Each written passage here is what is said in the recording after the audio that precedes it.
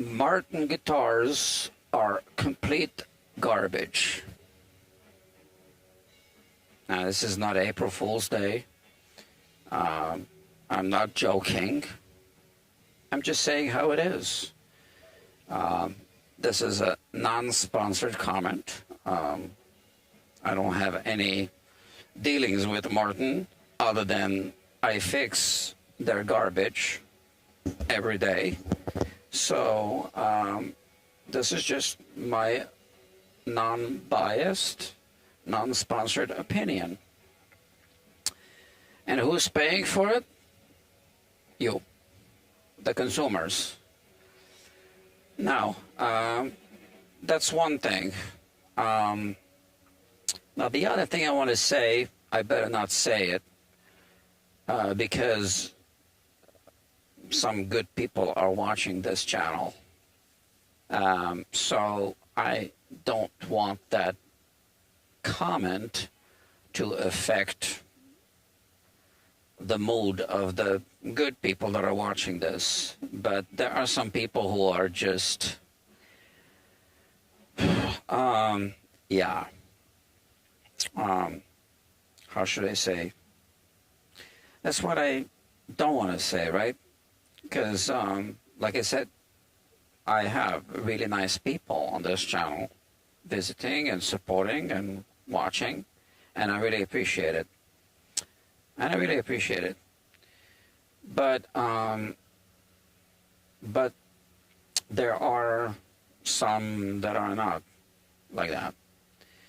So, yeah. And I wish those would just recognize who they are and just go to another channel. That's all. I mean, there's so many channels on YouTube. What's the big deal, right? They can just find another channel. Very easy to do. And they do it anyway. So, yeah, I took a nap. I thought I was going to take a half-hour nap. Yeah. Not a chance. Yeah, I'm sleep deprived. But I'm going to tell you why they're garbage. You see, I'm mixing my thoughts. I can't even think straight. And a few text messages also came in while I was sleeping. Maybe I'll get into it later. Maybe not. But I think there's a chance that this channel... So you're watching Guitar Quackery live, right? This is my live streaming channel. Live streaming only, nothing but live streaming, which is why it's called Guitar Quackery Live. And I think that some people don't realize that. And the logo is slightly different. The Guitar Quackery logo is a red pick with the RX logo in it. Because it's RX, right? Quackery, pharmacy, medicine, okay. But the Guitar Quackery Live logo is that identical logo plus three white waves, you know, that represents the live streaming portion of the Guitar Quackery. So, what am I trying to explain here? What should I talk about first? So you're watching a live stream. Yeah, some people don't realize that, I think. And as a result, I think it might hurt my other channel, the actual channel, the one that I put in a lot of work into. I also put in a lot of work into this channel, and it's actually costing me. Yeah, so there's a lot to talk about here. Let me write down my thoughts in bullet points, and then I can talk about it. So, channel costing me.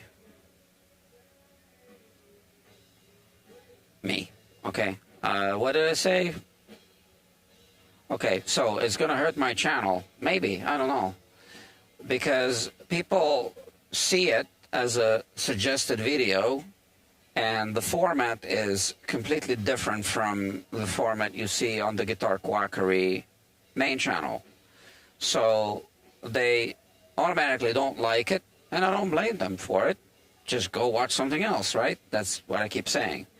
But then they might think that they might not realize those are two different channels, so when they see the other Guitar Quackery videos being suggested to them, they might just not even bother clicking on them.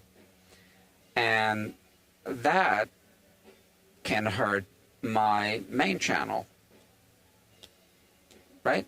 So I'm producing this content from here at a much more frequent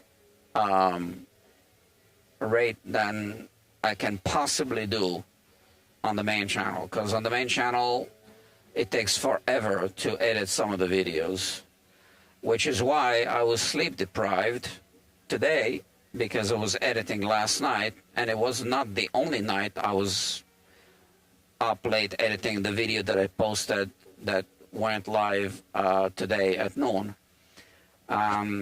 So I have how many videos on the main channel?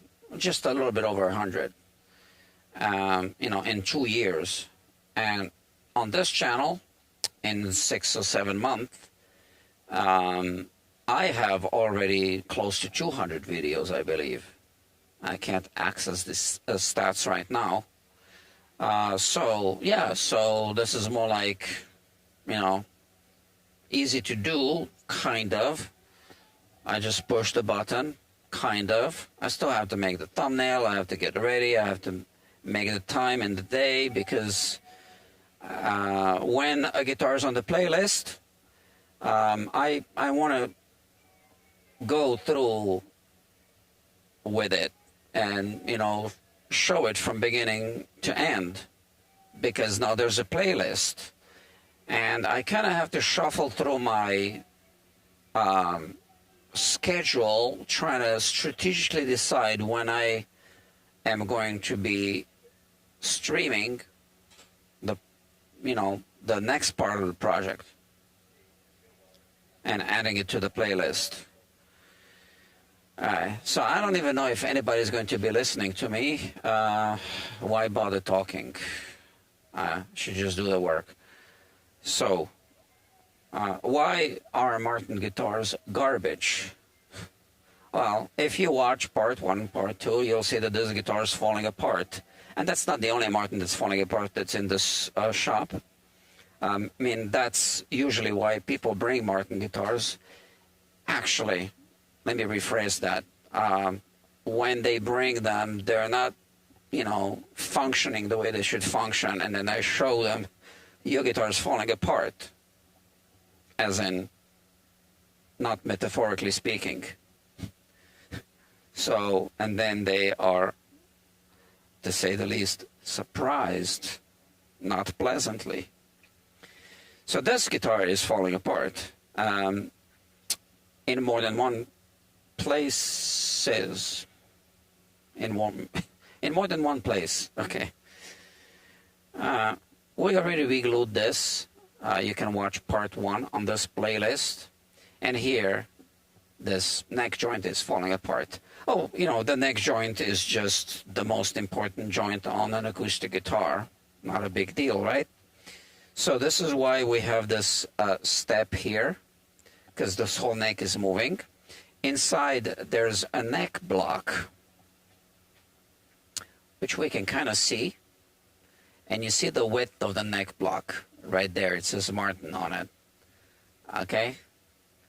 And, well, the width is the same as this.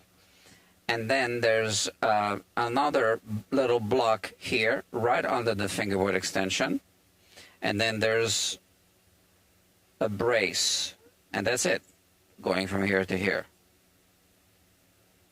And then there's a brace here. Okay, those are not going to do anything to this, to reinforce this neck joint.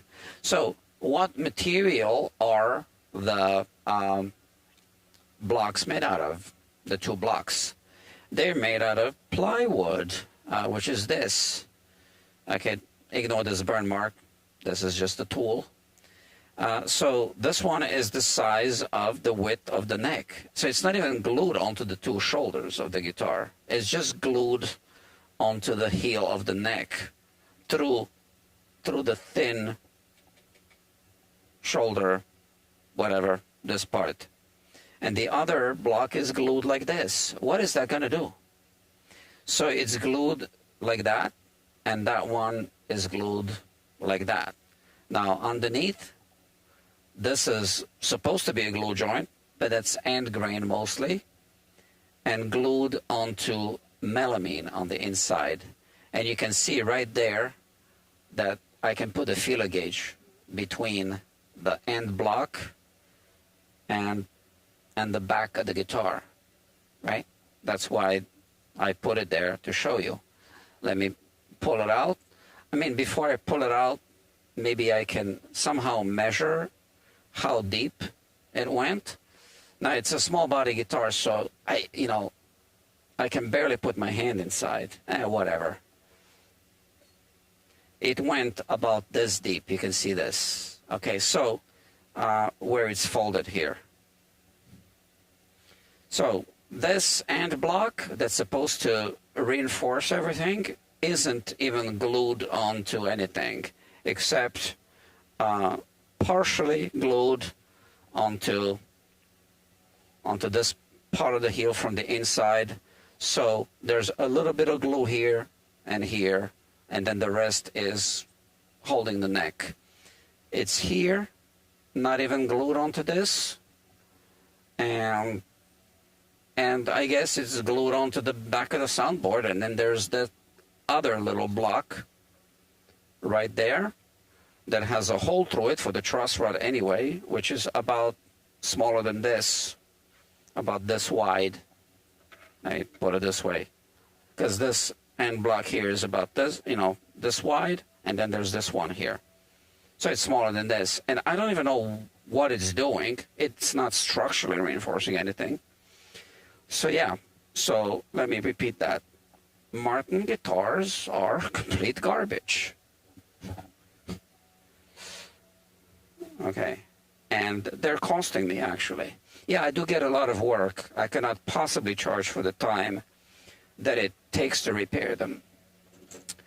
And I'm seriously considering not accepting any Martin guitars. So as soon as somebody texts me, I got a Martin, I don't work on Martins. Why not? Don't answer the text message.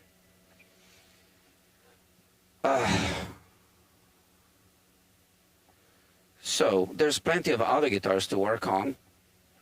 I'm already turning down about 60% of work that I could take if I had a bigger shop, but I'm turning it down because I just can't do it. It's not humanly possible to do all the work that people need done. Okay, so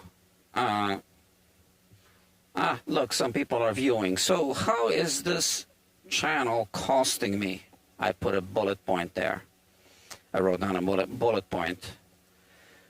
It's costing me. I mentioned before you guys logged on, that I need to really plan out my day when I know that I have a guitar on the playlist. I want to see through. So now I could just be working on this without streaming, and it wouldn't matter when I work on it. It wouldn't matter if I just do 10 minutes and I have an appointment and I get interrupted or whatever, right? But when I'm streaming, I am committed to it. So I can't just work on it anytime. Yeah. So this whole time management is affecting my workday.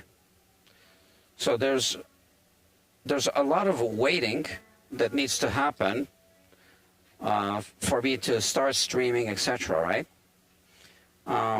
When I normally work on a guitar, I don't need to think of making a thumbnail or, you know, doing any of the description, which is going to include Amazon affiliate links and whatnot. Okay, I mean, nobody's forcing me to do it, but, you know, this is what it takes. It's obviously costing me because I had to buy all the equipment, which, you know, which is needed to do this.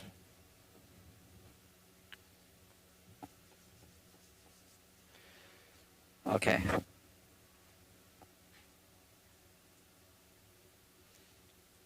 And like I said, you know, I think it's affecting my other channel. So I see there's some new viewers here. Just so you know, you are watching a live stream. We're live. And, you know, some people don't like live streams, which is fine. But, you know, that's what I'm trying to do. And I am disclosing basically, not basically, I am disclosing everything here that I'm doing. So normally, you know, people would need to look for the information. Okay, so it's not well organized because it's just a bunch of live streams. But I am showing everything that happens from beginning to end of the project. So, you know, that's educational content. And it takes extra effort to do this. So every project is going to take me longer. So if you think of a business, you know, a business needs to pay a rent to be here, to be in a space.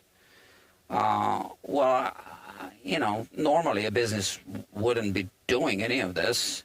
You know, they would just be doing the business of doing the business, and that's it. So this is adding extra cost in that way as well, which is fine. Because, again, nobody forced me to do this. You know, I made the decision to do it. But it doesn't sit well with me when people just come and they quickly look and then they just smash the thumbs down button. Or I've even had to delete some comments. So yeah.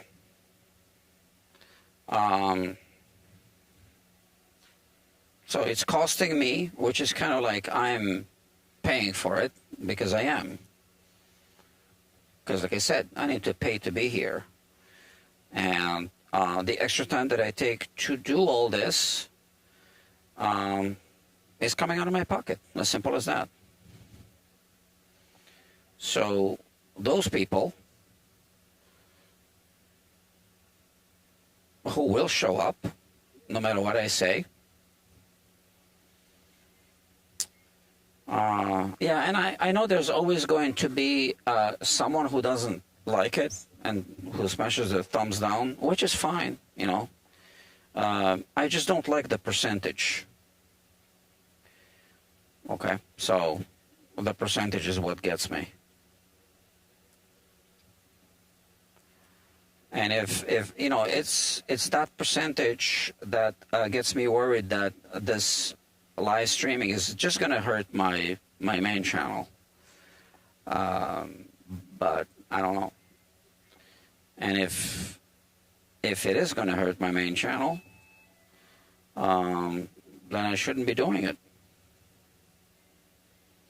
I could just be doing my work without the streaming, record a few videos here and there like I've been doing, and edit them whenever I have extra time, which I never do. So I always have to take extra time to do the editing. which is, again, fine. No one's forcing me to do it. But I just added an extra cost to my operation by doing the live streams.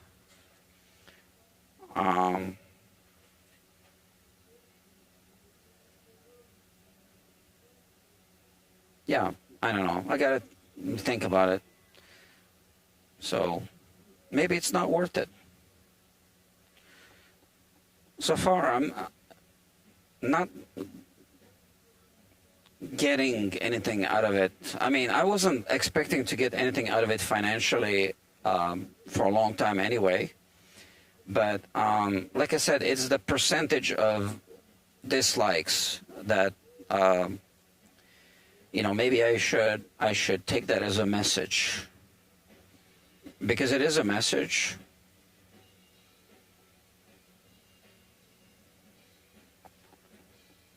So that's exactly what it is. A thumbs up or thumbs down is a message. So if the percentage is, such that it tells me, well, too many people don't like it,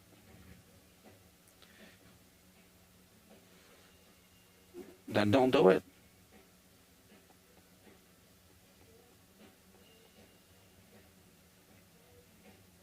I can't always be talking and talking and talking, right? That's hard. I was just exchanging an email with Dr. Steve Cassidy from Steve Cassidy Guitar channel, and we want to talk about something, him and I, as in personally. So we are 5 hours apart in two different time zones, and we just want to jump on a Zoom call and discuss something. So both of us want to do this, and we were going over what are the options, which days are the options, and I did throw in a Thursday as an option, and he said, no, Thursdays I can't because I need to prepare for my live streams. He is streaming on Thursdays. So, and I can totally understand, so he's preparing mentally for his live streams. And I think that people who don't do live streams don't realize that it does take all this mental preparation, because you're just going to be talking to a camera like I'm doing now. I mean, I know that it says 3 people are watching. It's actually just 2, because one of them is my phone streaming outside through my phone. And, I also do a live stream outside so people can watch. The sound is off, but they can watch. But, this is not natural to just be talking like this. So it takes some mental preparation to be able to do this. And I don't have the time to mentally prepare in advance to know what I'm going to be talking about, and I just don't have the time. So when Steve Cassidy said that, he needs to prepare for his live streams on Thursdays, yeah, I get it. He's going to be talking to a camera pointed at his face, and it's gonna have to look good to us watching him. And the only way he can make that happen is to mentally prepare for this thing.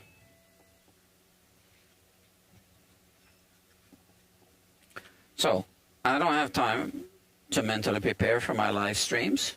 I just improvise. That's it. And some people can be thrown into social situations, and all they do is talk and talk and talk, and you know they can't shut up. I'm not that person. I never was. I never will be. So I'm really not a live streaming person. I do this, you know, to share the knowledge, to advance the art of fixing guitars, to inform the public about, you know, like this, the fact that Martin guitars are absolute garbage, and then I show you why. And yeah, so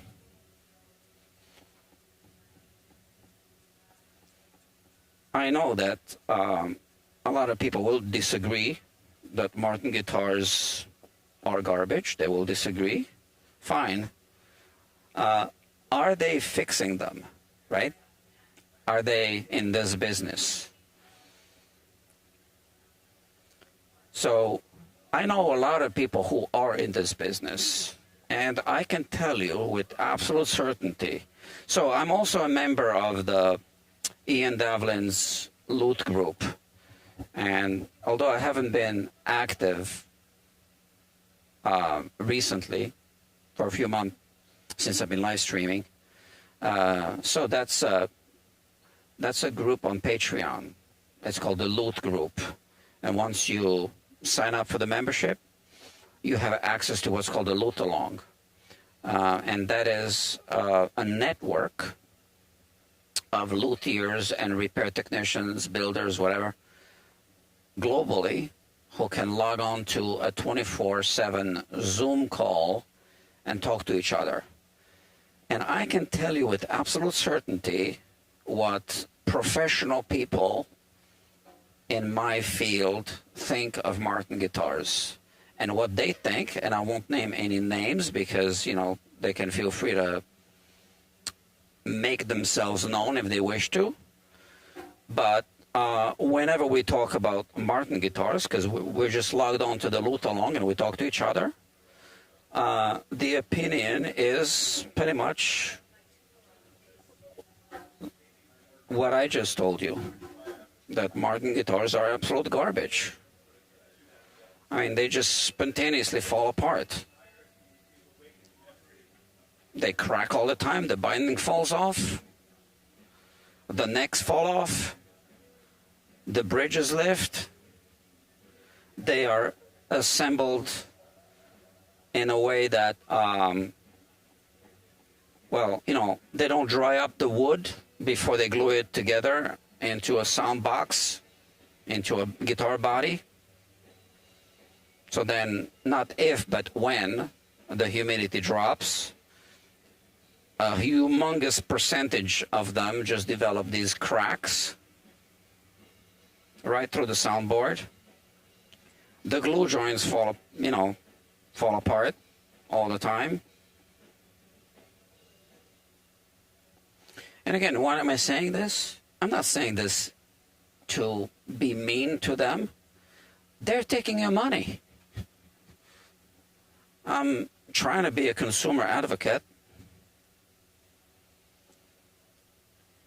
You could say that, you know, if I work in guitar repair, I should be happy they're falling apart, right? Because more work for me. No, there's enough work. You know, there's enough work in the world on guitars. I don't need a manufacturer to be making garbage guitars so they can fall apart so I have more work to do. That's really not the case.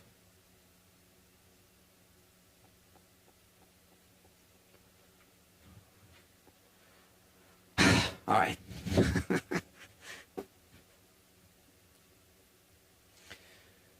I said something on a few forums how Martin guitars are bad. Oh boy, did that ruffle some feathers, you know, from some Martin owners, not repair technicians. Oh, Martin makes best, finest acoustic guitars in the world. Give me a break. Not even close. You can buy an acoustic Harley Benton. It's going to be better than a Martin most of the times. And I don't like Harley Benton at all.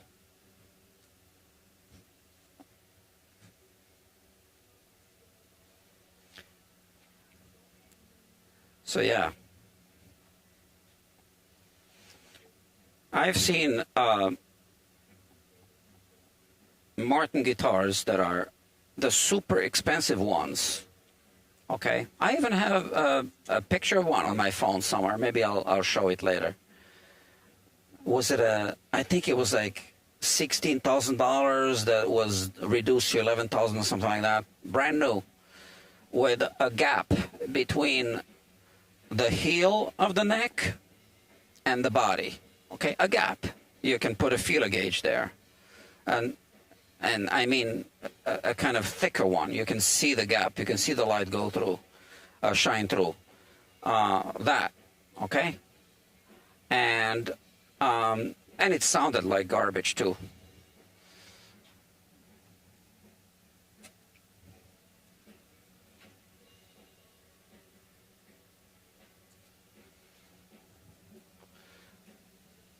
So I don't work on Ovation guitars anymore.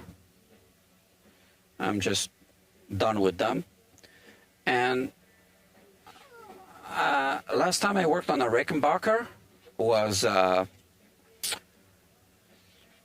6 months ago. And I'm seriously considering not accepting Rickenbacker guitars either, or basses. And now I'm seriously considering just not accepting Martin guitars, because there's only so much I can do to fix them. And then that's the thing, if you take shortcuts, Boucher guitars are 1,000 times better than Martins. That's Audie Murphy. Well, and you are 10,000% right about that. In fact, I just had one. I think I was streaming the project. I might have been. So yeah, thank you for that comment.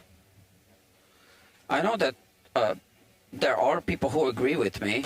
And, you know, I feel bad for people who are just blindly believing that Martin must be good because of the history. But just, you know, let's talk about the history of Martin guitars. I mean, a lot of them are built incorrectly. So that's the history. A lot of them have bridges glued in the wrong place, so the intonation is completely off, and there's no adjustment. The adjustment is, yeah, you unglue the bridge, and you do a whole bunch of quackery, and then you reglue it in the right place. And, you know, let's talk about what it takes to unglue and reglue the bridge and move it. Well, there's a little bit of an issue, because look, there are 6 holes going through the soundboard and through the bridge plate. You can't just move this thing. And, you know, when this saddle is too close to here, you can't just move the saddle closer to the pins, because it's going to be too close to the pinholes. So, you know, this thing isn't just movable, but a lot of Martin guitars were made like that. And they had every chance in the world, and they were paid to do it, right? They had every chance in the world to develop their guitars properly, just like any other company. And they were incompetent. And they're still incompetent. But you can't say anything against Martin, right? Because they are woo, right? Martin, what do you know? Oh, you're just a little repair tech. Yeah, I'm fixing them. Like this one.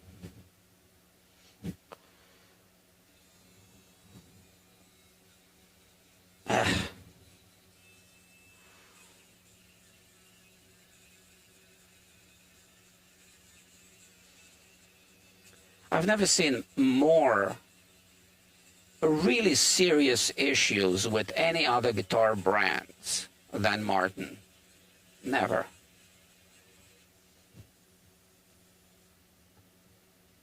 Ah, forgot my rag.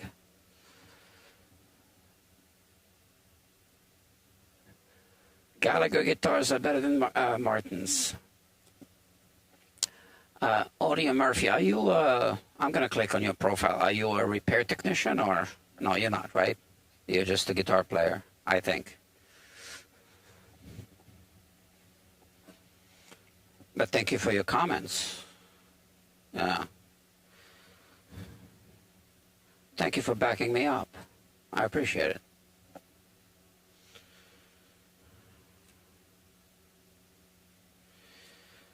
Oh, all right. I feel better. I got it on my system. So how is a Martin guitar costing me? Okay, a customer comes. I want to, you know, I want them to be taken care of when they come here. Okay. Well, there's so much explaining to be done to the customer.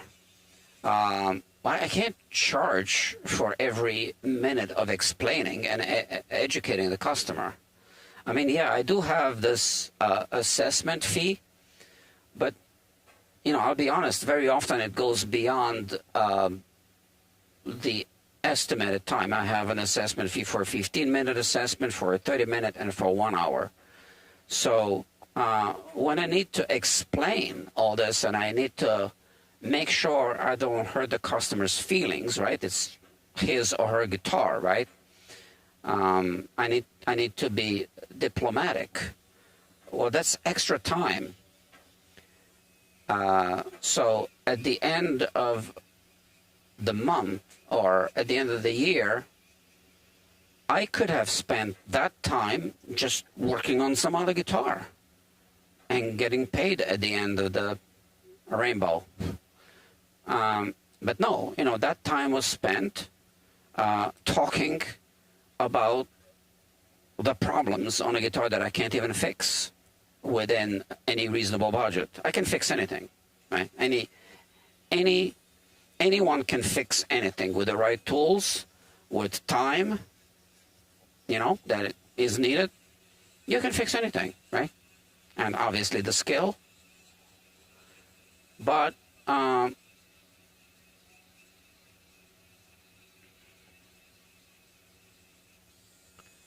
yeah.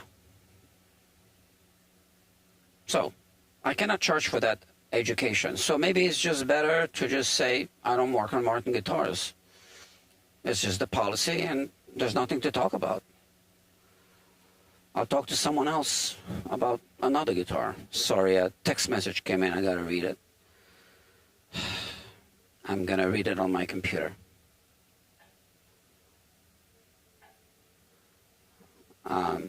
Okay, I'm just going to reply to this with a thumbs up, which means yes. Okay. So because this is a live stream and because I am, in fact, working, right? And I do work for a living. I need to sometimes reply to text messages because most of the text messages come in are about business, right? And I can't ignore all of them. But sometimes it's okay. A ding again. And this is another text message from another business thing. But this was just a like. He sent me a like because I sent a text message to him before this live stream. So what I did is, so it's business related, but it wasn't a customer. Okay. If that makes sense, right? It should make sense. So, you know, I can tell you what it is. I said at the beginning of this live stream that it's not humanly possible for me to take all the work that wants to come in here, right? Which is why I'm talking about maybe I shouldn't be working on Martin guitars. Maybe that should be the, I don't work on them. That's it. I'll take other work. So since I can't take all the work, it's simply not humanly possible for me. And, I'm grateful for this. I don't want to sound like I'm not. I live in New York City. I think the current population is 8.2 million people. And, we know how many guitars people have, right? And this is the smallest shop in town. I just can't take all the work. So, but I am very much grateful for the situation, right? I have plenty of work to survive. So that's a good thing, right? All right. So since I can't take all the work, the jobs that I don't want, a certain percentage of the jobs I don't want, I forward to other people. And that was one of those. So I forwarded the information to this other technician who's in town in Brooklyn, and he just sent me a thumbs up, which is our agreement. I just want to make sure that whenever I forward a customer name and contact info to him, I don't tell him what it's about, nothing, right? I just need to be efficient and do it quickly. All I want from him is a thumbs up so that I know that he got it and that he's going to take care of it. That's all right? So that's the second text message that I just received in short succession, right? Because, although another shop is technically my competition,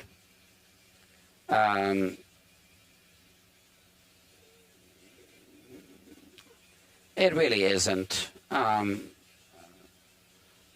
If I try to forward all of my calls to one person, they couldn't do it all, right? So people have sent other customers to me, and it's the way to do it. I think technicians should be helping each other if they live in the same town, right? That's the way to do it. Yeah. So if you think of the old Music Row, okay, or Denmark Street in London, right? The Music Row was 48th Street, used to be, in New York City, where you had, I don't want to say all the music stores, but you had quite a few music stores. Sam Ash was there, Manny's was there, Rudy's. 48th Street Custom Guitars was another shop. Am I forgetting anyone? Okay. Sam Ash had two stores. They had a drum store and a guitar store, I think, something like that. So, okay, they are competitors, but since they are all located on the same block, or were located on the same block, that actually helped the business, okay? Because the block became a tourist attraction. Musicians would just want to hang out on that block all the time. And, well, what do people do when they hang out around music stores? They go in, and what do they do when they go in? They eventually buy something, right? Oh, Audie Murphy is a player. USA labor costs. Yeah, man. I want to say thank you officially. Somebody else is going to be reading this.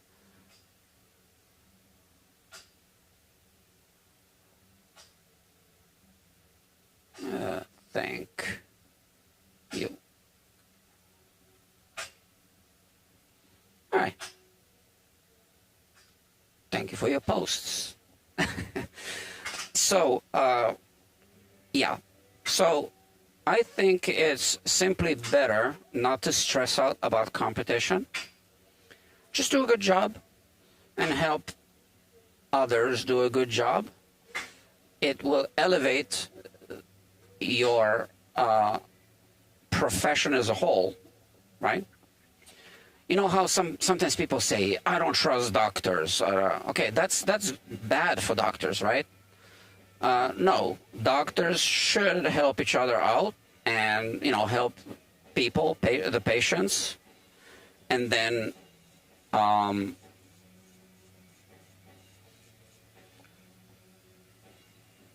elevate the whole, I don't want to call it an industry, but it is an industry, right?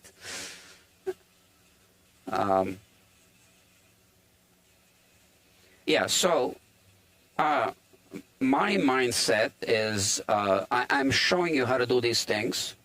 And, right this second, I am not, right? Because the camera is pointing here, but I'll show you. So here, I'm polishing the frets, right? And then I take the thing and I wipe off this compound and I remove the tape from here and I place it over here. And then you have links in the description where you can buy these things, the same exact things I'm using. So see, I'm teaching you. But what I'm saying is, because I want people to trust technicians. And I don't know it all, for sure, I don't. I'm just one of the technicians with a YouTube channel. That's the only difference. I mean, I do like to think that I do a good job, but there are plenty of people that do a good job even better than I do, okay? But I want I want people to trust us, technicians, right? And I want to play a role in the effort to elevate this business, right? So that people feel that they will be taken care of when they go to see a technician. Which brings me to this point. So this is a pet project of mine, and I am actually, as we speak, trying to get some grants for this. A Guitar Technicians Guild, New York City Guitar Technicians Guild, establishing and maintaining the gold standards for guitar maintenance, repairs, and modifications. Okay, that's a fine print that I know you can't read, but I just read it. So what is the Guitar Technicians Guild? Like I said, it's a pet project. I want this to happen. And I need funding to make it happen. And this is a long conversation. Maybe I should write down some bullet points and just do a separate live stream. But it's a guild, like there's a Piano Technicians Guild. You cannot be a member of the Piano Technicians Guild unless you pass a certain tests. Oh, look at that, Audio Murphy. Oh, I love it. I don't know how to do this with a, to put a whole bunch of notes. How do you do that? Let me see. It's in the emojis, right? Somewhere. Oh, I don't know. Okay, one day I'll figure it out. But thank you, I love it. You're the first that sends me a message like that. It's got a treble clef at the beginning. Thank you. So what you just said is that what I said to you is music to your ears, right? Thank you. So the Piano Technicians Guild is a serious organization. It's been around for over 100 years or whatever. But if you own a piano and you call a Guild certified technician, you know you're getting a Guild certified technician, right? That's going to work on a piano. So that's what it is. And not just anyone can be a Guild certified technician. So with the Guitar Technicians Guild, I want it to be the same, so that as a customer, if you call a technician and they are Guild certified, you know what you're getting. And I would like to have 3 or 4 different levels of certification. Bronze level Guild certified technician, silver, gold, and platinum maybe, right? So it would be very well defined on the website what it means to be a silver certified Guild technician, right? Or gold or platinum or bronze, right? So bronze would be someone who is qualified to do basic setups and restringing, right? So you wouldn't be discussing a bridge reglue with a bronze certified technician, right? Because they're just bronze certified. So I need to really fine tune those categories, but yeah, that's how it is. And now the Guild wouldn't be able to guarantee that the work's going to be done right, but if a technician who is Guild certified does something that is in a violation with the terms that they've accepted when they joined the Guild, they could be disciplined somehow, right? They could lose their membership, maybe, I don't know. To be determined. Now, why would they care? Well, because it would be very beneficial to be in the Guild. And again, that's a long conversation, and it's all in my head. But like I said,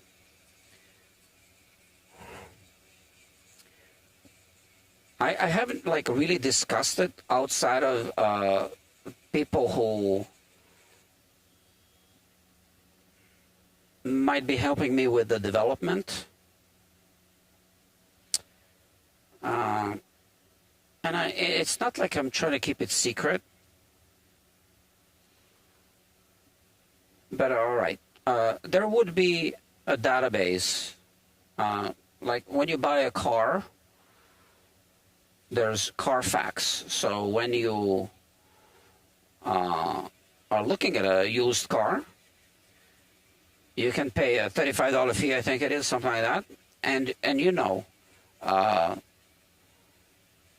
anything that's been done to the car that's been documented, right, is in the Carfax database.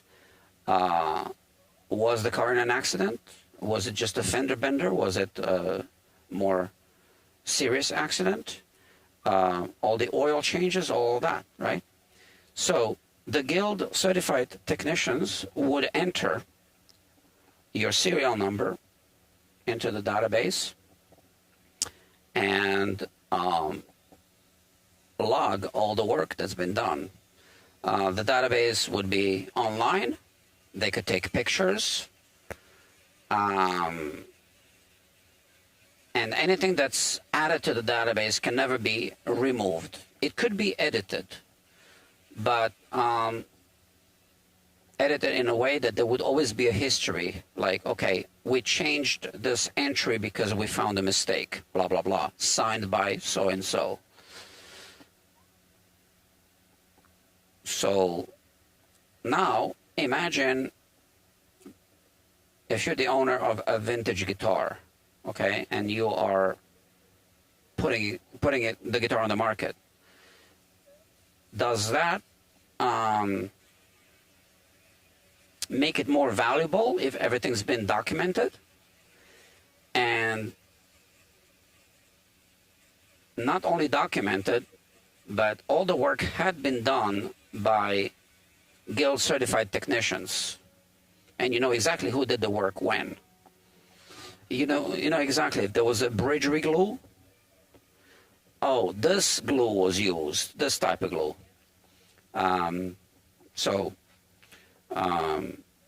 Or if there was a refret done or whatever, you know, it's like it would all be in the database. So now I totally get it that sometimes people don't want to disclose the fact that, oh, this Gibson had been refretted, right? I think people should, you know, change their views on refretting or doing the work. You need work. I say, so if we look at Cremona violins, all of them had been completely reglued and disassembled and reglued and rebuilt over the decades and centuries. Well, they sell for $250,000 and up, right? So proper maintenance and repair work does not devalue the instruments. Okay, the Wild West approach, which is what we have now in the guitar repair field, that potentially devalues, because when an experienced technician looks at a guitar and takes the time to really look, we can see the work that's been done to the guitars, and we can clearly see if something was not done correctly. So that devalues the guitar. So when a guitar is sold, oh, hold on, I need some tape here. I'll be right back.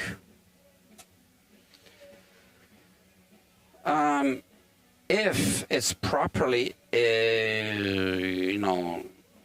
assessed, examined, or appraised, or someone who knows what to look for will find the work. But we don't know who did it, or how they did it, or how competent they were, So that's a problem, I think.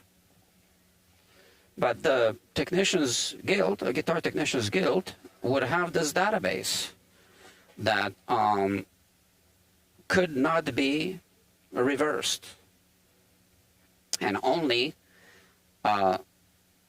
Guild certified technicians could add entries to the database, if that makes sense. All right.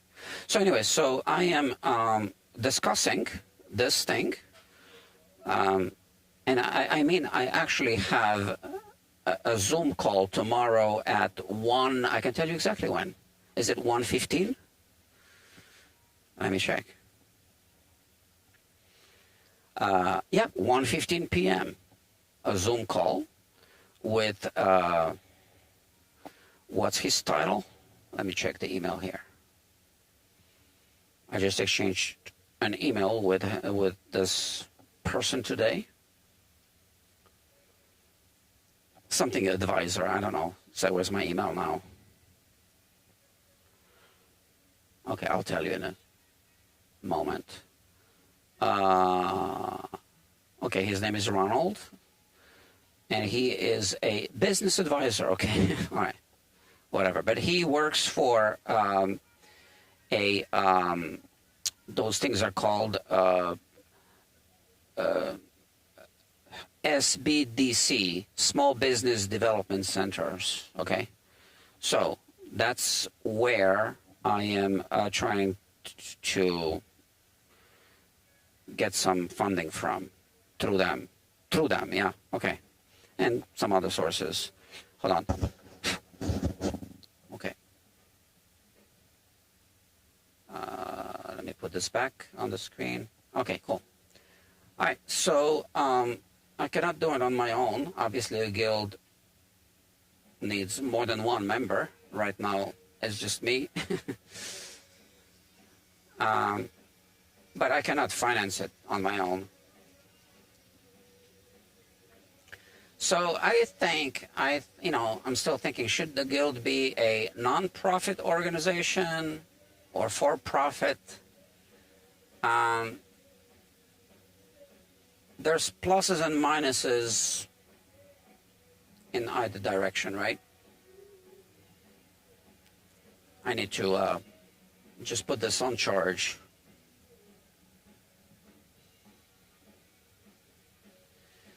Yeah, it's going to be easier to get funding for a non-profit. Okay, for sure. 100%. So, I guess I'm kind of leaning in that direction.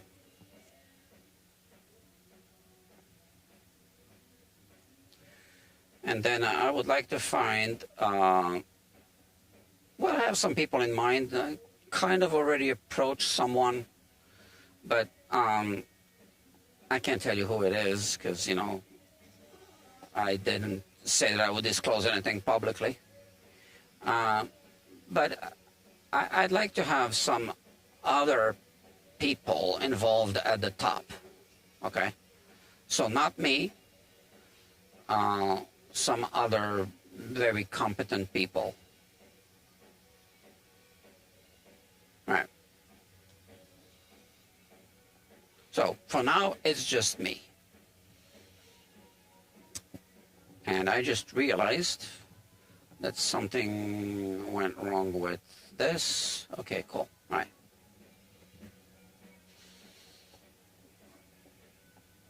And I just told you only a small portion of the whole concept.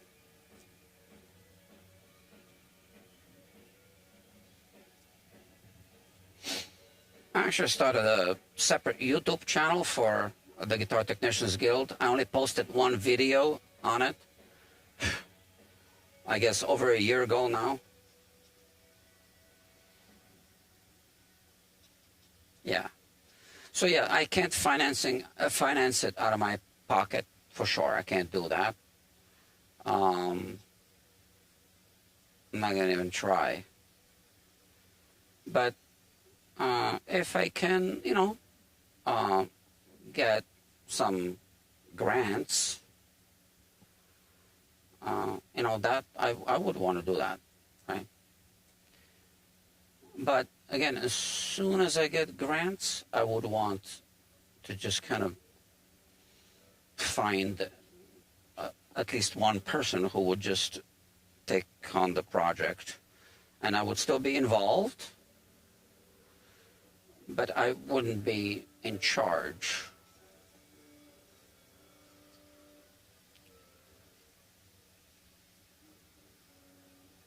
If that makes sense. I don't want to be in charge. I don't need this extra responsibility in my life. But I would like to see it happen, right? So I designed the logo. I put together the concept. And the concept can, evolve and change and develop in a different direction, as long as it's sticking to establishing and maintaining the gold standards for guitar maintenance, repairs, and modifications. Because, like I said before, it helps the business.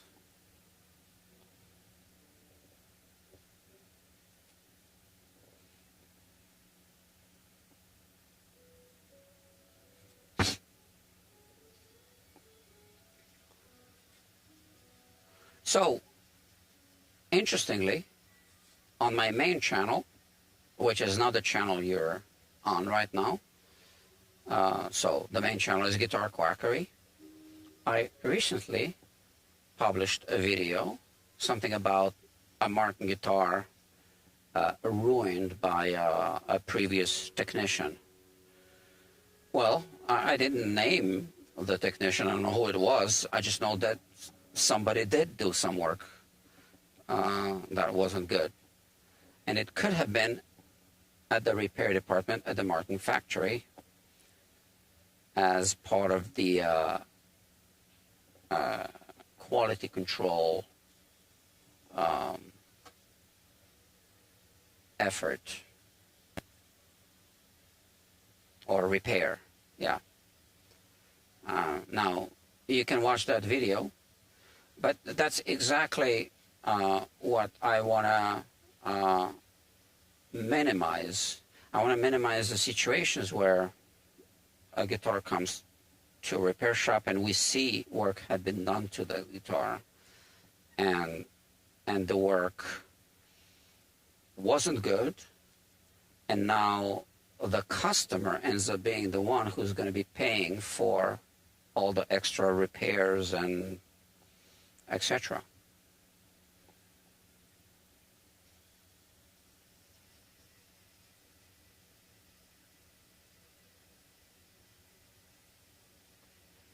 So yeah, that's the idea. And you know, I just realized that I have my coconut oil in the fridge. And I forgot to take it out. I took a break, I took a nap, and I was thinking of getting it ready. I don't want to lose my audience. There's not much of an audience. Okay, but I need to walk over to the other room and, oh, let me put this back. You see, I'm incompetent. I'll be right back.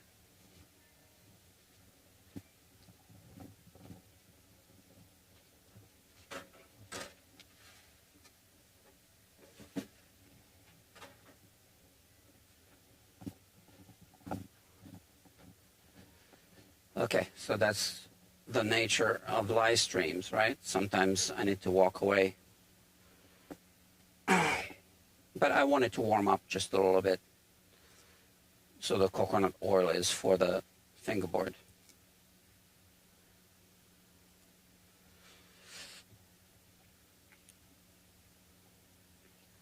I only use coconut oil. I've used other oils, but I think coconut oil is the best. And I'll explain a little bit as I do it.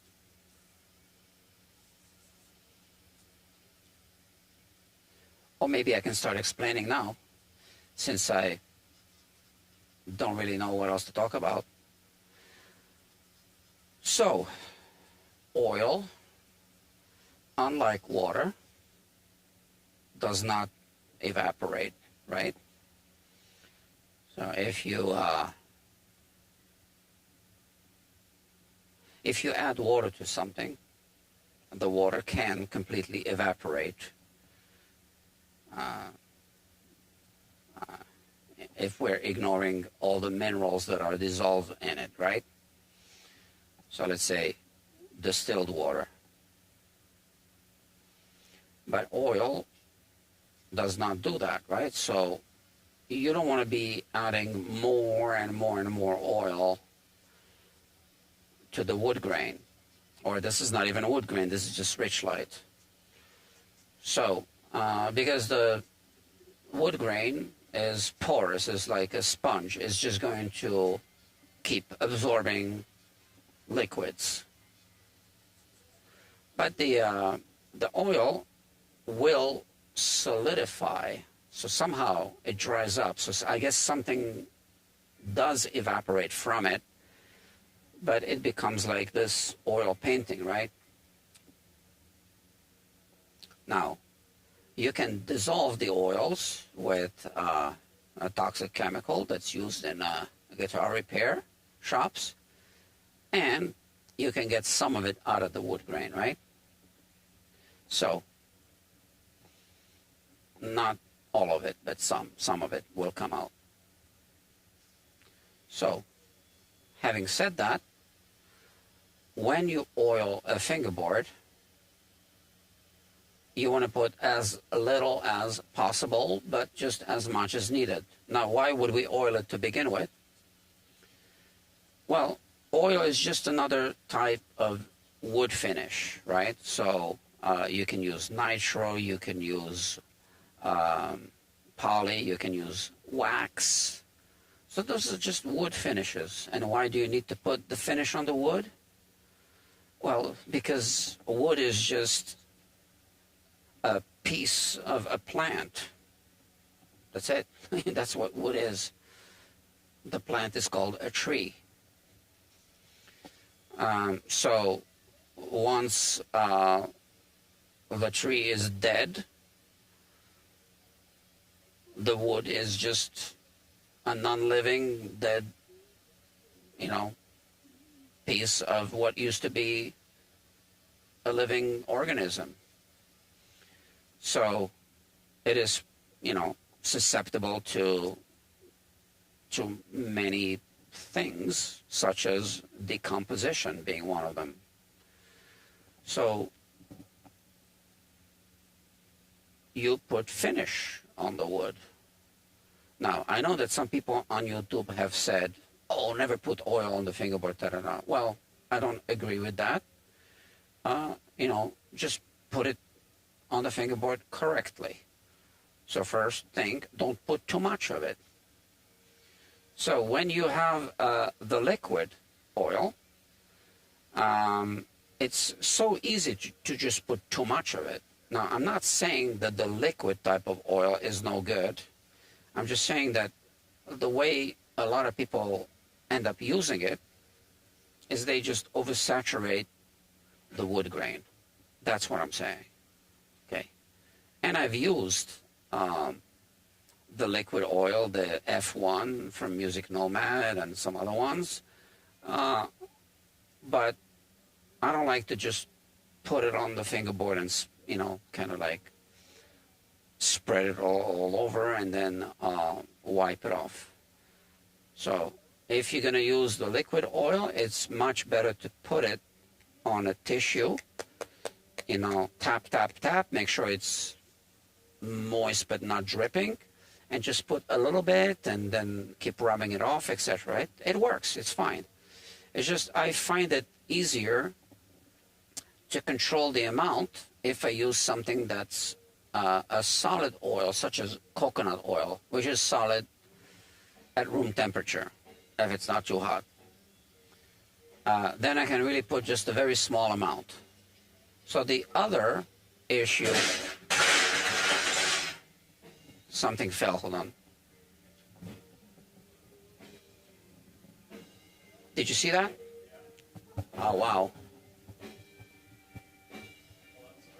Yeah, so these were not anchored into the wall properly. Oh, okay. So I think that these chairs should come down now. Yeah. Okay. Where was I? So the frets. So the frets are installed into the wood. Or this is rich light, whatever. But so the wood grain is cut. The slots are cut, and the wood grain is cut in this direction, right? So now you have these end grain on the inside of the fret slot. And end grain is just kind of like a bunch of little microscopic straws. And, that's a fret. So that goes inside, and now it's held by friction, and sometimes they also put glue, right? I think glue should always be used, but that's another story now, different different manufacturers do different things, right? But let's not talk about that. So now, if you oversaturate the fingerboard, the oil will wick into those spaces between the fret tang and the end grain which has been cut, and it will loosen the grip on the fret.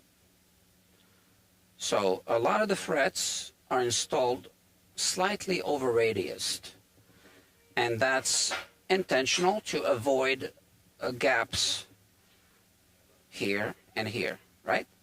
But when it's just slightly over radius and it's pushed down properly, it's gripped by friction, and then like I said, sometimes glue is added to it, right? So that's when it's installed properly.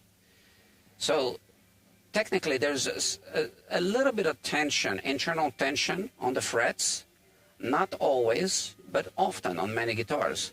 So now when you weaken that connection between the wood grain and the two sides of the fret tank, you know, that internal tension can move the fret in this direction a little bit. It can. It doesn't always do it. And you can end up with uneven frets.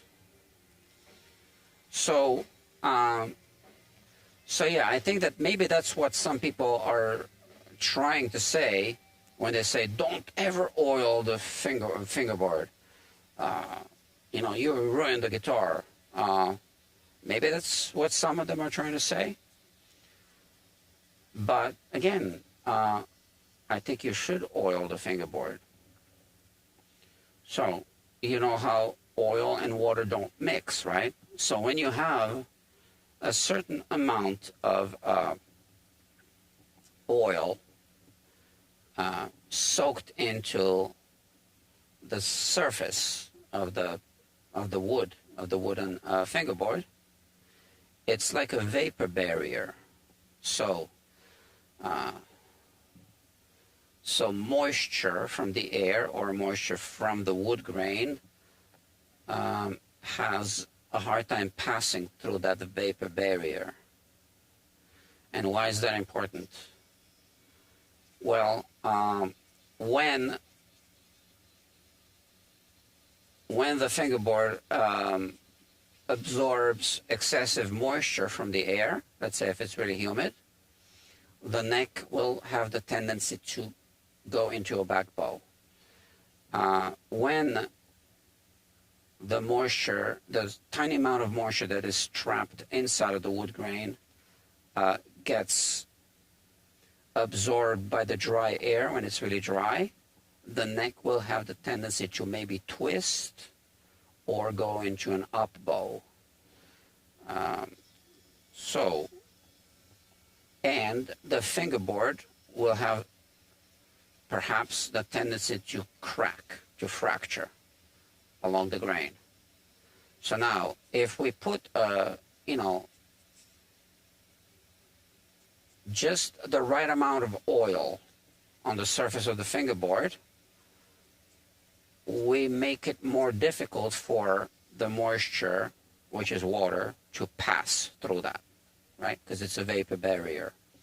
So that's my thinking. Now, feel free to disagree. That's okay. And if you do disagree, I'd actually like to know exactly why. Because I will change my mind if I hear a good explanation. Maybe some people might think that I'm not 100% right about what I'm saying. So I'd like to hear that as well, if anyone disagrees with any parts of what I'm saying.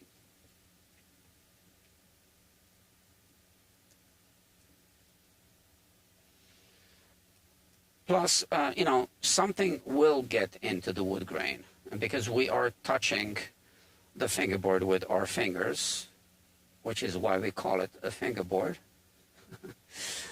So our fingers, hold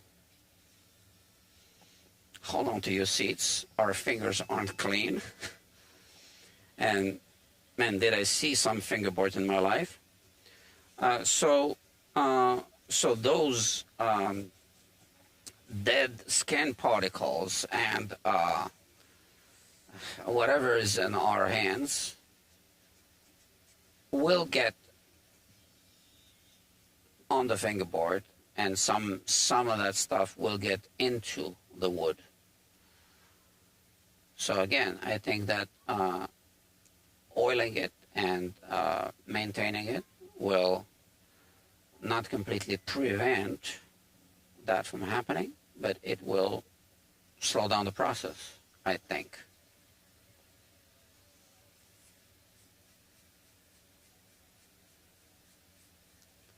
That's what I think, right?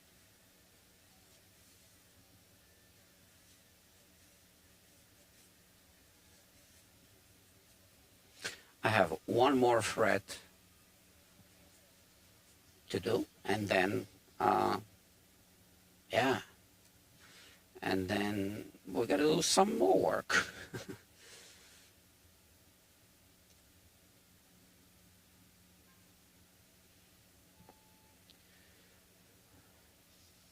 So they're nice and shiny now.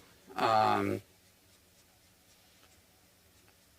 think it's important to maintain the frets because the less friction there is between the fret and the strings, the less wear and tear, and you extend the lifetime of the frets, I think.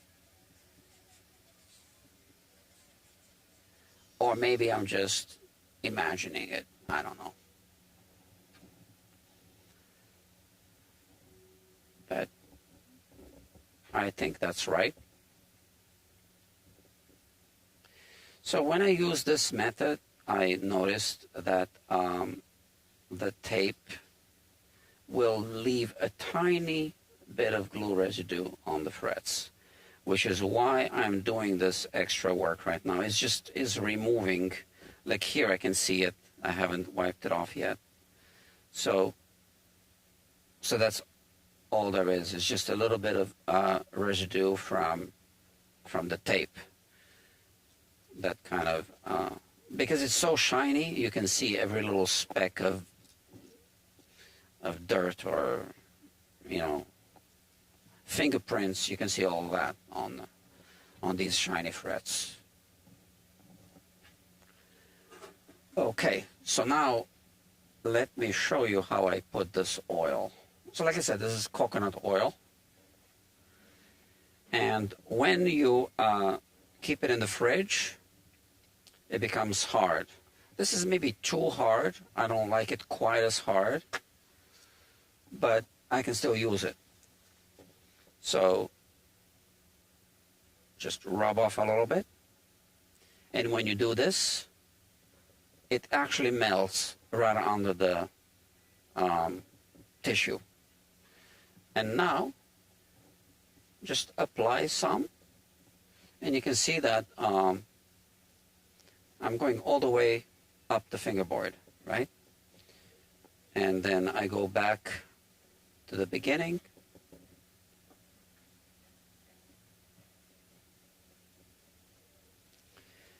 And now if you look at this, I'm going to put the camera here where I can catch a reflection.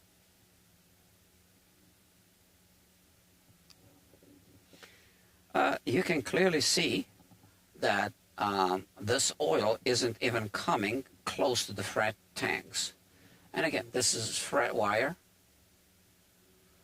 So now, since it's not going into those little channels, it's not compromising this mechanical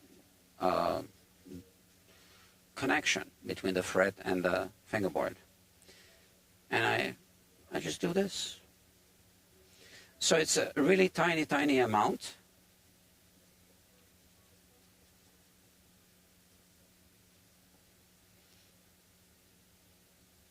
Okay. That's it. And I just finish it off. Let me put the camera away.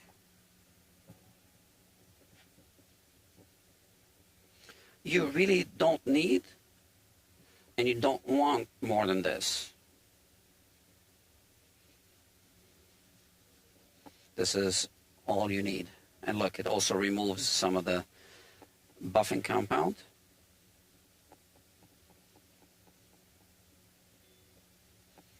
Okay. And now I can go, again, over it with the microfiber cloth, just over the frets a little bit. So one of the polishing, I think it's called lizard spit or whatever they call it, actually uses coconut oil, those polishing cloths that StewMac sells. So that's what the description says. Okay, so if it uses coconut oil, this is what this is. And this is really a lifetime supply for any repair technician. Right? So I don't think that we need, sorry, I don't think that we need to use the liquid oil.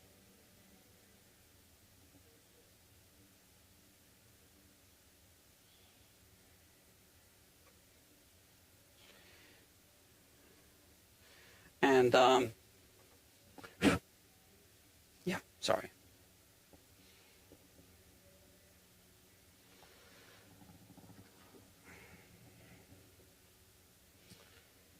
Okay. What this is doing is thing. I'm going to just remove the tape from here.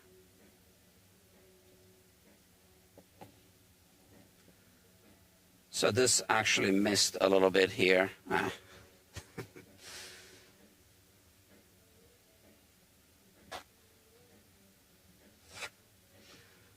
So I just created a little bit of a tan line because the tape was covering a little bit of the fingerboard, and it kind of bothers me. So I just want it to be uniformed. That's it. Okay, cool. All right. Now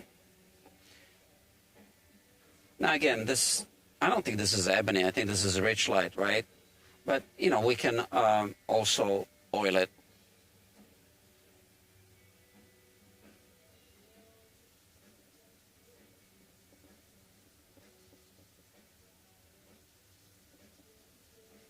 There you go.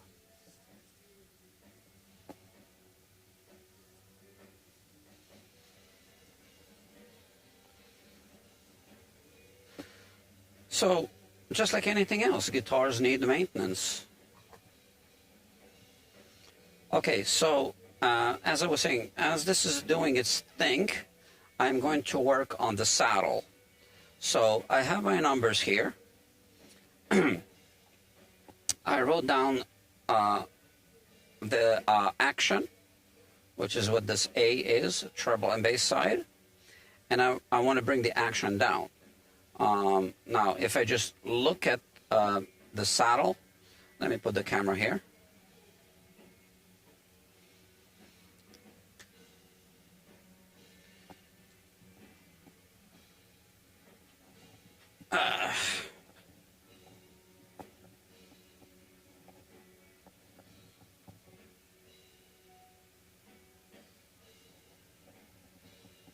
Okay, and is it an autofocus? Okay, whatever. So if we just look at the saddle, we can see that we do have enough left. So now it's spongy because there's the pickup underneath, right? The under saddle pickup. So it's gonna come down and it's gonna, you know, reduce the brake angle behind the saddle a little bit, but it is what it is. So Why is it like that? Well, that's the way the guitar was made. And the neck angle has been compromised, right, because of the way it's been glued. So now if we put a straight edge on top, and we project the frets, that's actually pretty good. Yeah, this is good. So, but when the strings pull the soundboard up, we get the deflection. We are going to, so this is the projection of the frets right now. I don't want to scratch the frets. In fact, why don't I use this straight edge here? Okay, aluminum or aluminium. So I'm projecting onto the bridge, and here it's projecting onto the bridge and hitting the saddle. That's good, right? But when the strings start pulling the soundboard in this direction, it'll be more like that, right? Now I'm just tilting it. But yeah, it'll come up a little bit, and then you know, the height of the saddle in relation to the surface of the bridge will be reduced because I need to shave it, because now the action is too high. So I need to shave the bottom of it. So that'll reduce the height of the saddle, right? We always shave it at the bottom, right? So I'm going to reduce the height, place it back inside, and it's going to sink deeper into this. And it's a little wiggly. They really could have and should have done a better job, but, you know, let's say that it's acceptable. You know, we've seen worse than that. But, you know, for a company that wants to be the best in the world at building these things, should it be acceptable? I don't know. You're clearly not the best in the world if others are doing it the right way.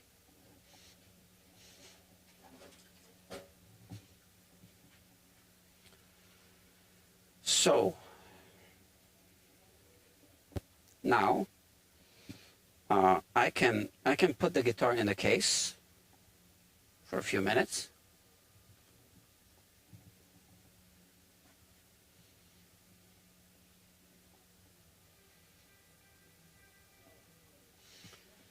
And this will be finished today.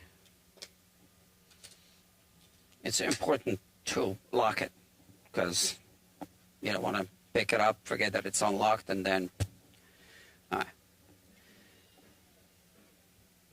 Oh, I just got a text message from a customer. Let me see. He just said, okay, sounds good.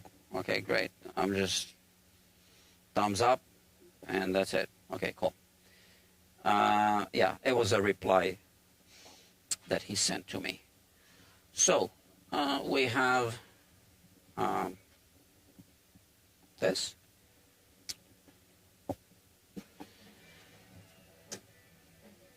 Okay.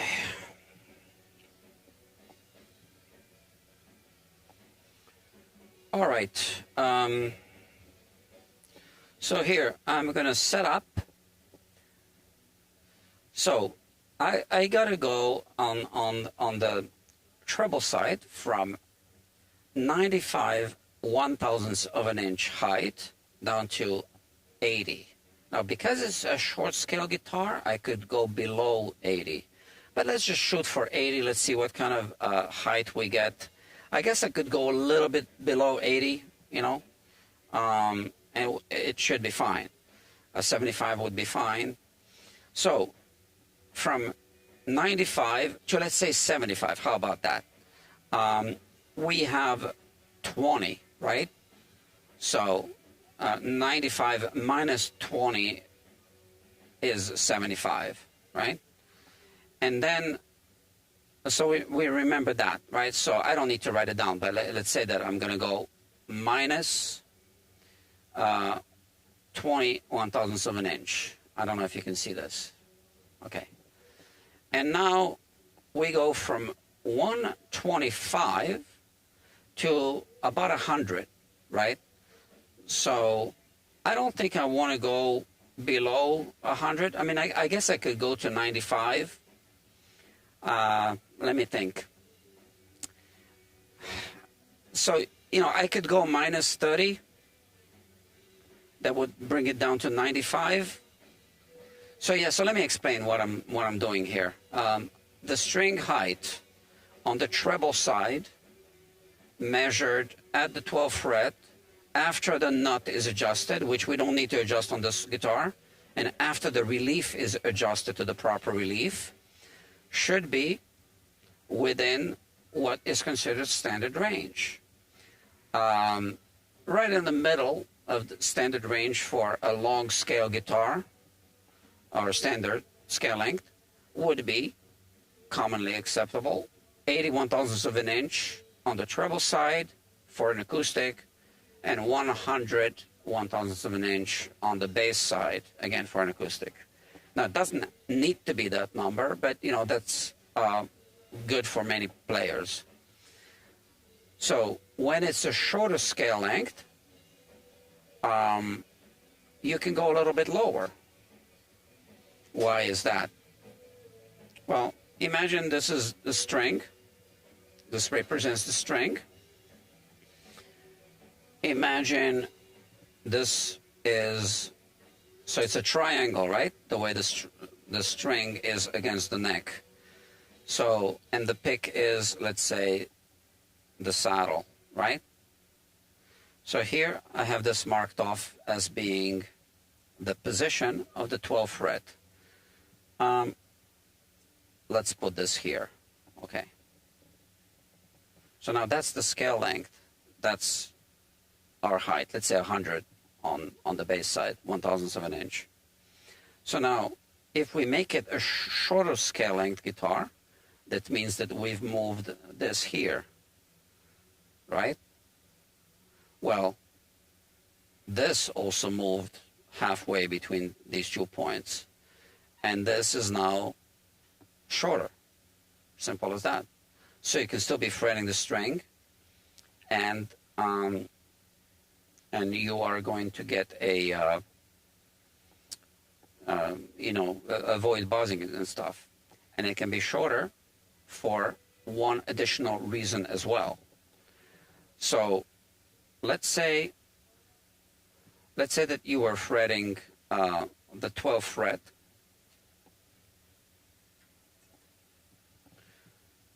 Let's say that you were fretting the 12th fret on this guitar here. So now you're fretting it down, fretting down the string, and you can see this angle. Now here it's exaggerated, right? But you can kind of see this angle here, right? So now if you move this here, and you move this halfway between the two, and now you're fretting down, that angle is slightly increased, I think, right? So because of it, you can go a little bit lower and it'll still be good. But, you know, microscopic amount, I think. So, but because of that first reason that I was explaining, instead of 80 on the treble side, we can go to 75. And instead of 100 on the bass side, we can go to, move it, how about 95? So that's going to lower the saddle 21 thousandths of an inch, not the saddle, the height, by 21 thousandths of an inch at the 12th fret. It's going to lower the saddle double that amount, 41 thousandths of an inch on the treble side and 61 thousandths of an inch on the bass side. So now we need to determine if we can actually do that.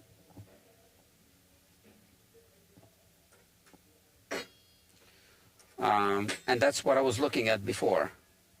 So if I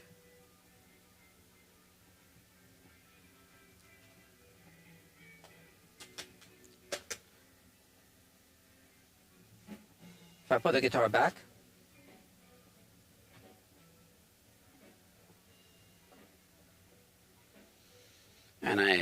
saddle. Where did I put it?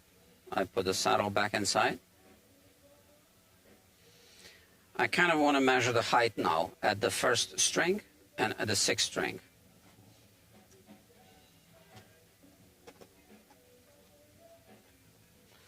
So I'm going to put the caliper to decimal inches, and let's just measure this height. 150 one-thousandths of an inch, 150. So I gotta lower it by 60, right? So I can. And here, the height is 125 one-thousandths of an inch. And I gotta lower it by 40. So I do have the height to work with. It's still going to reduce the break angle of the string behind the saddle, but I do have the height to work with.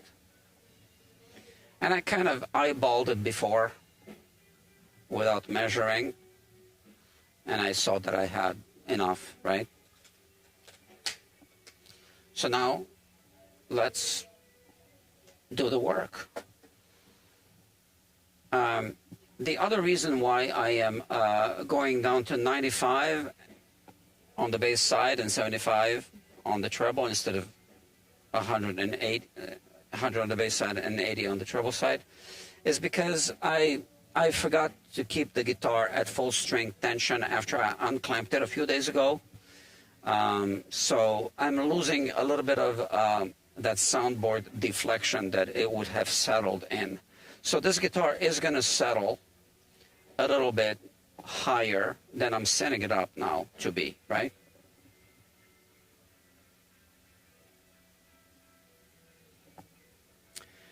So this, I like to call this the race car because it looks like a Formula One race car.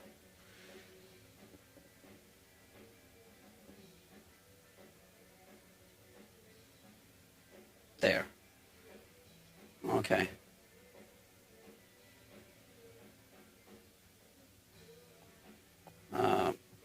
So usually it's a bone saddle, so I have all this white powder.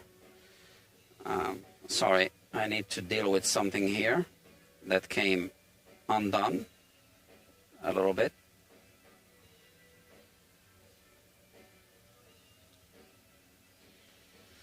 So this is made to shave the saddle and also to shave the nut. And there's this thing inside that is an adapter that actually I find to be really annoying. It always gets knocked out of place. And I think one day I'm just going to epoxy this damn thing in because I never use this for the nut anyway. I just want to use it for the saddle. And yeah, and that's why I'm wasting my time now with this because it was knocked out of place.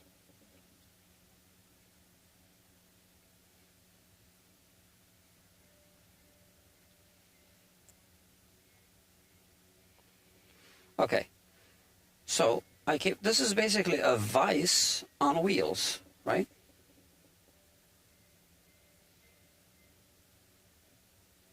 Was invented by this Italian luthier, to the best of my knowledge.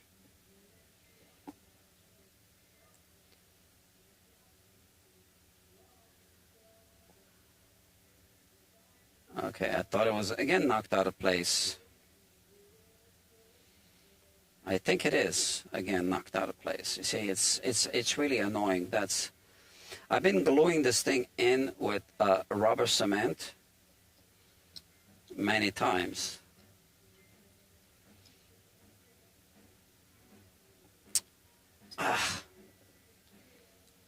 Yeah. So let me show you.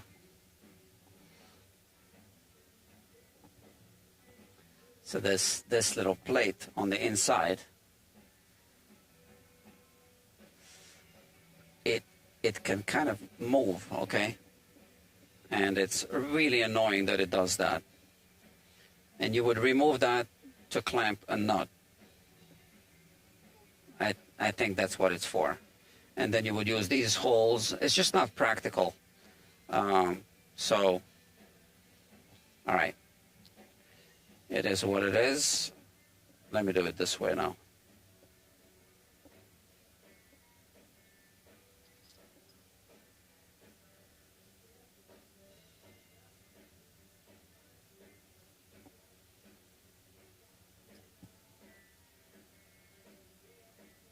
Okay. Now I'm holding it tight with my hand, and I'm going to make all the height adjustments. So let's just go over this. When I see a guitar for acoustic guitar for a setup that needs the saddle to be shaved down, I will do most of the setup with the old strings on. So if the strings aren't too old, I can use the old strings to file the nut if that needs to be done. Then adjust the truss rod, all that, and take my measurements, just like I did. But usually I just remember them. And then I'll just shave the saddle, and that's it. So when I'm finished with all the fret polishing and everything, often it'll just be good to go. So that's how you can save some time.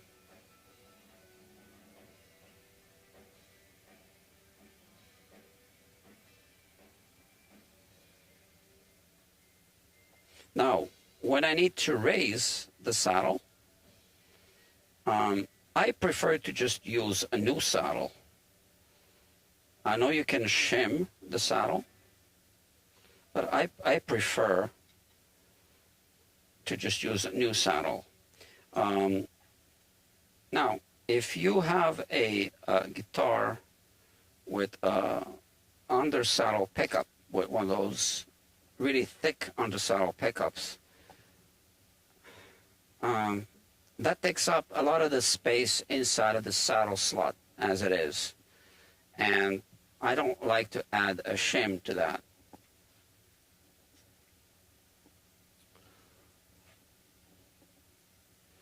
Okay, so this is interesting how this works, right?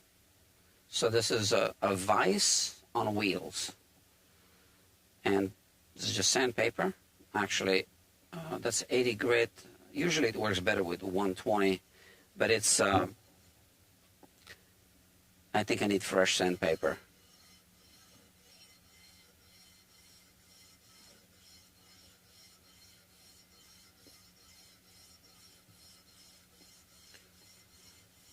Okay. And it's not hitting the wheels just yet.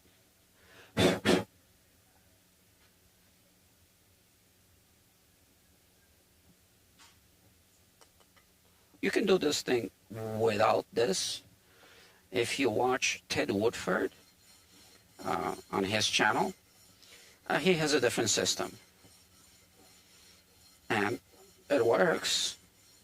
So yeah, so you don't like really need this, but I like it.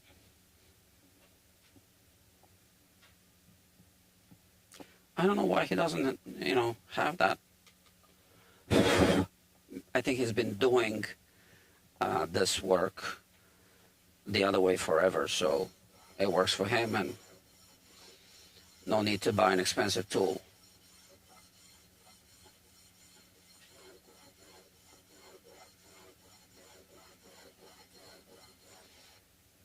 Okay.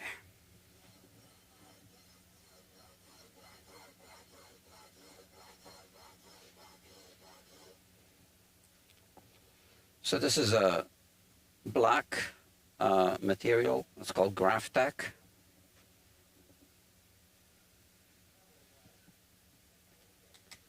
My vacuum cleaner is over there. Yeah, I'm going to vacuum it later. So now I can feel that the wheels are moving, but it's still not well seated on all four wheels. So just got to make sure I'm holding it here and not turning these, because this changes the height, right? And that's it. Now it's no longer shaving any material from the bottom. We're done. Okay? Okay. So I'll put this away. Like I said, I'm going to clean it later with a vacuum cleaner.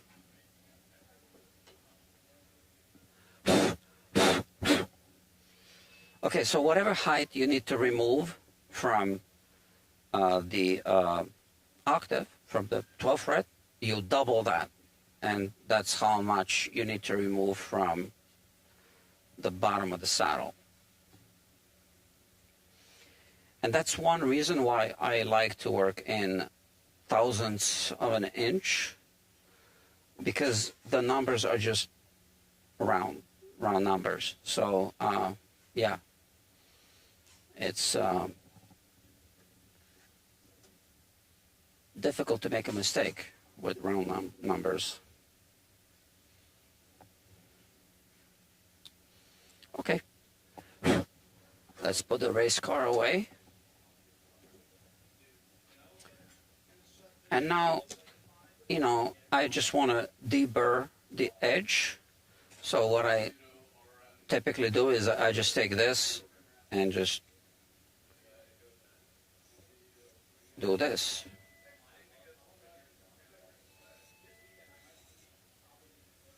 That's it. And that's the little piece. Okay. So we're good with this. Now I should be able to just put the strings on the guitar and be done with it.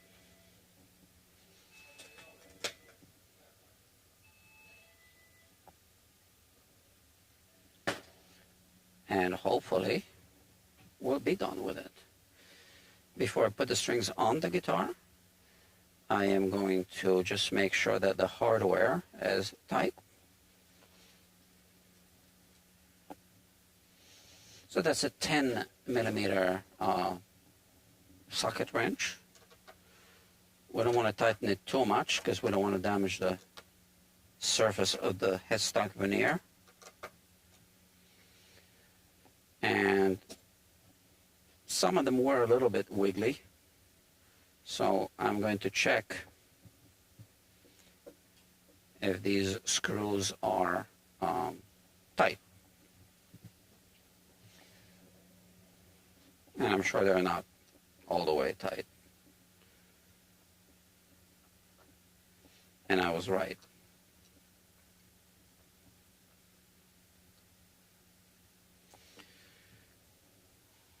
Let's clean it a little bit as well. I see some fingerprints. It's not dirty, but you know. So the spray I use is the Music Nomad guitar detailer. They make two different sprays. The one is called One. It's a really weird name, One, okay? And I don't like the One spray. And the other one is called Guitar Detailer. That's the one that I use. And it's, I think, the best cleaning spray. But if you like something else, that's fine. But I've tried everything.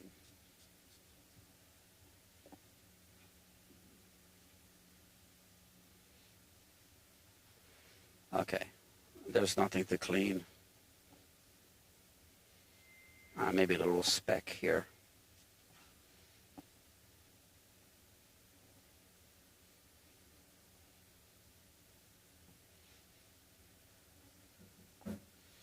Yeah. Guitars should be cleaned before they get dirty, right? Just like laundry.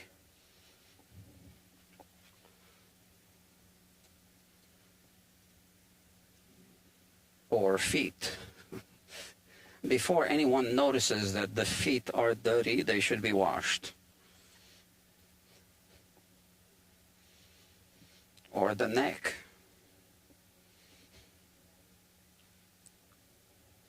Not the guitar neck, I mean.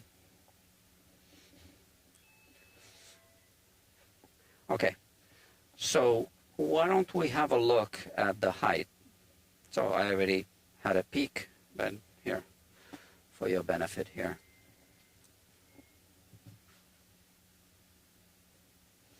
So, put the saddle inside. Yeah, reduced height, right? And that's also then a reduced brake angle across the saddle. Is it a big deal? I think it'll still work, okay? And here, we're gonna put the strings on, and hopefully we won't need to do any more adjustments. But I am going to let it sit overnight. I have the pins right here. They don't go in any particular order, they're all the same. I'm gonna let it sit overnight and then decide if the height is okay or if it needs a little tweak. So I believe that we're putting phosphor bronze strings on. Let me just check the record here. I'm just looking at the repair order. Yeah, the Dario XS phosphor bronze. And we're putting 12 to 53. Now, normally you would put 13 to 56 on a short scale guitar, but we're going to put 12 to 53. And there's a good reason for this. The reason is, the 6 people watching, make sure you click the thumbs up. Don't forget. Yeah, thank you. The reason is the neck joint issue. So we have a structural issue. We want to put a lighter gauge string set. Okay, well, that's, maybe we should even put 11s, I don't know. Now, should we lubricate this nut? It's a Graphtec nut. It's a self-lubricating, right? So I don't really feel a particular urge to lubricate it.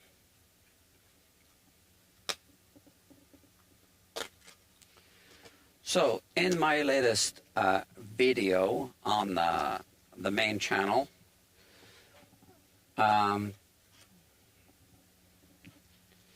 I was talking about the Dario XS strings. So it was a guitar giveaway video and also a review video at the same time. So when I was getting ready to do all these giveaway videos, I sent an email to the Dario and I said, hey, I'm going to do guitar giveaways. Would you like to partially sponsor the giveaways by providing a few sets? I only asked for 4 sets of the Dario XS strings. And I said, oh yeah, we'd love to, da, da, da. Okay. So now the reason why I asked them in the first place is because I really like these strings. And I said, I want to say this in the videos, right?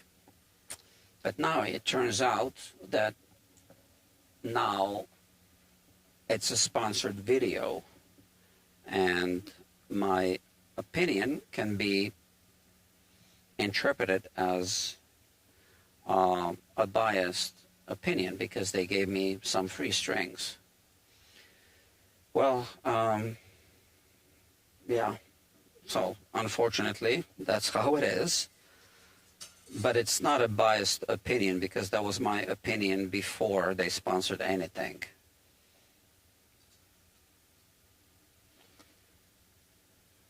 And that's the reason why I asked them to send me free strings to begin with, because I wanted to put the best possible strings on the guitars that I'm giving away. best possible strings in my opinion, right? And,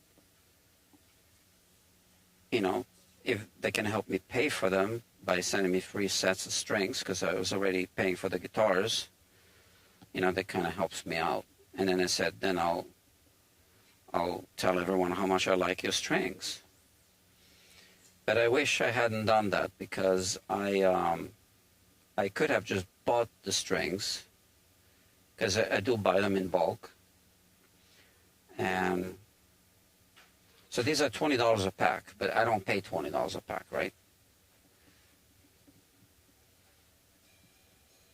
So I could have just bought the strings,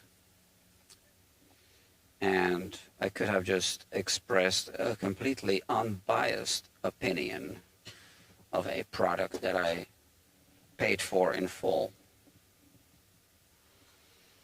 But all right, it's still my opinion. I did have the pleasure of visiting the Dario manufacturing facility, and it's kind of like Toyota cars are made by robots. Well, they're string winding machines. Most of them are robots, I think you could call them. So the reason why Toyota cars are so reliable is because they're not made by hand. And if the robots are calibrated, precision calibrated, they will do a better job than any kind of hand job.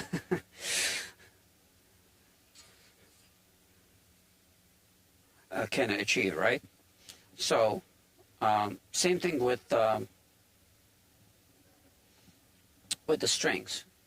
So this is a Martin guitar. Now Martin, as a company, they do make their own strings, right? They're not just repackaging the Dario strings or strings made by other companies.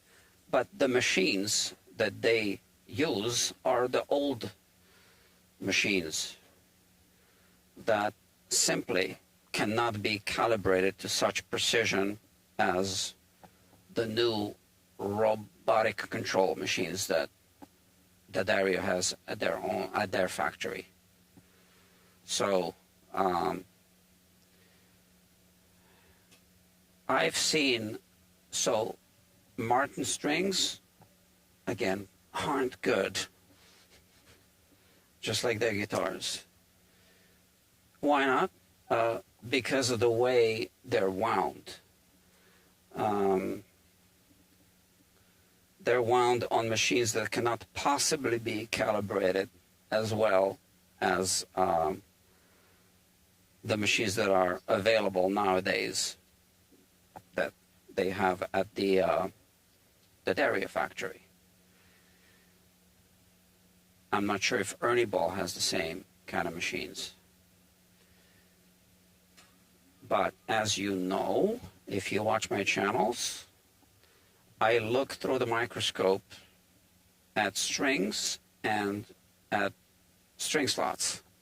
And I've seen many times when people bring me Martin strings that some of the wound strings right away unwind right there at the nut. Okay, so you can see the winding comes loose as you're tuning the string. That's it. Brand new strings. So Martin has a whole promotional video, I think, on YouTube about how they make their strings. You can see what machines, the old machines they use. And, you know, they have whatever, whatever they say about how that makes them high quality is complete nonsense. They're not high quality strings. I've seen them unwind too many times under the microscope. So what happens when a string unwinds? It doesn't sound good.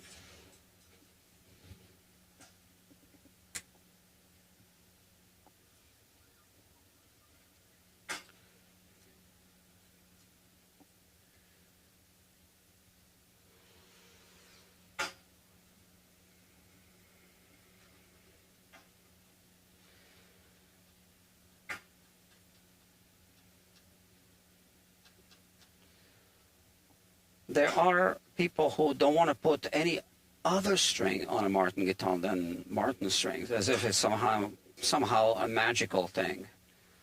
Oh, you need to put Martin strings on a Martin guitar. No, you don't.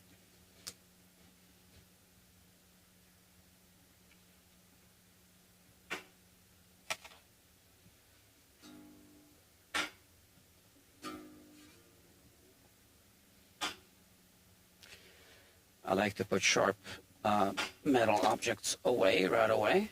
I don't know if you hear the banging, but those are the heat pipes. Actually, there's one particular pipe here. It's right there.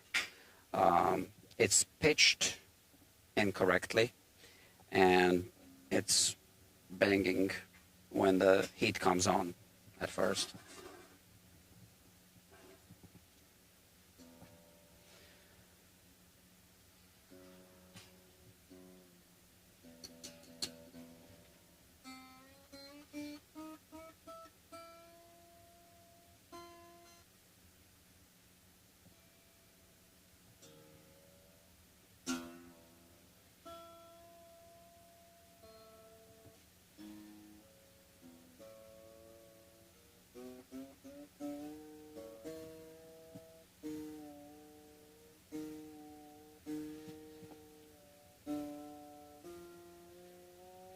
And with Martin strings,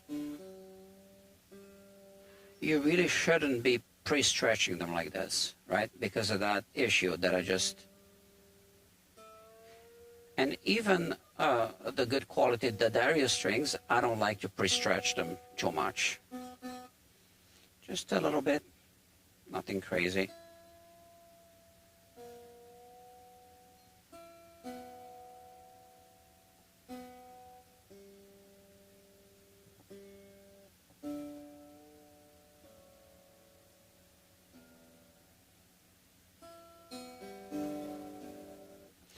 Okay, so we have now action. That's, well, we need to check the relief, but let me just quickly check what we got here. Well, it's a little bit below of what I was shooting for, but again, the soundboard is going to puff up a little bit.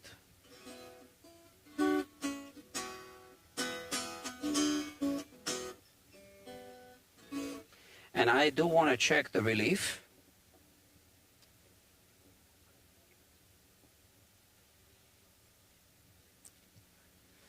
So the guitar was sitting for a few hours without strings on. Things might have changed, but we do need to let it settle. It's not good practice to just count on the guitar being, you know, staying the way it is. Under these conditions, you do need to go back to the guitar later and check. You see, I don't have the relief that I had before.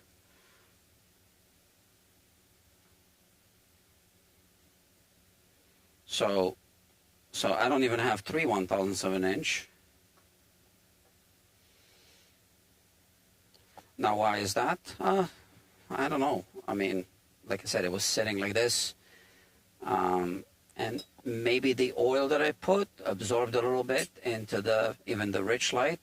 I didn't really put that much, but I need to, so the action is a little lower than I wanted it to be because of two reasons. The neck went into a little bit of a back bow as it was sitting, and obviously the soundboard kind of settled down.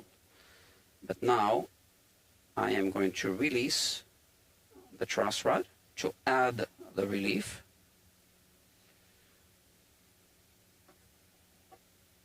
the desired relief, which is going to be 6/1000ths of an inch. So this is 4 passing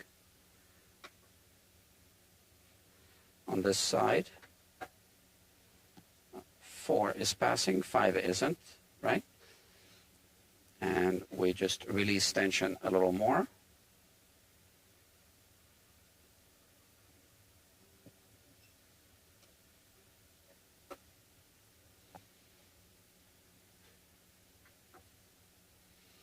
So the truss rod adjustment is not the action adjustment. It's just the relief adjustment, but it does affect the action, right?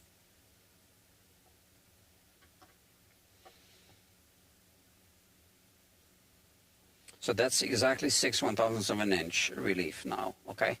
So now we put the neck back into that desired back bow, but the soundboard is still a little bit collapsed because of the way it's settled, right? So now it's going to settle up a little bit, but this already raised the action back to my calculation to around there. Yeah, I mean, it is, in fact, at 95 and 75 as it is now. I know I can't really show you this, but this is what it is.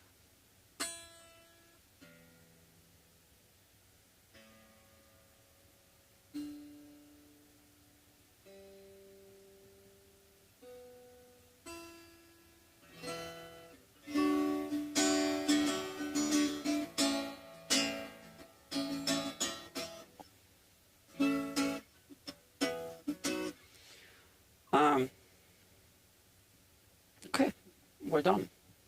I can put a little wax on the back of the neck. The wax that I use is the Music Nomad, called guitar wax. It's carnauba wax. It's the same exact wax that would be, oh look, we have more people watching, that would be used to buff cars. But this isn't a high gloss neck. So, yeah, you know what? I don't think I even want to put wax. I don't want to put, so there was finish on this neck, but it all got rubbed off. So now the wax would just get absorbed into the wood grain. And I'm thinking, is that a good thing or not? Yeah, I'll put a little bit. So I keep changing my mind. Again, it's kind of like oiling at this point to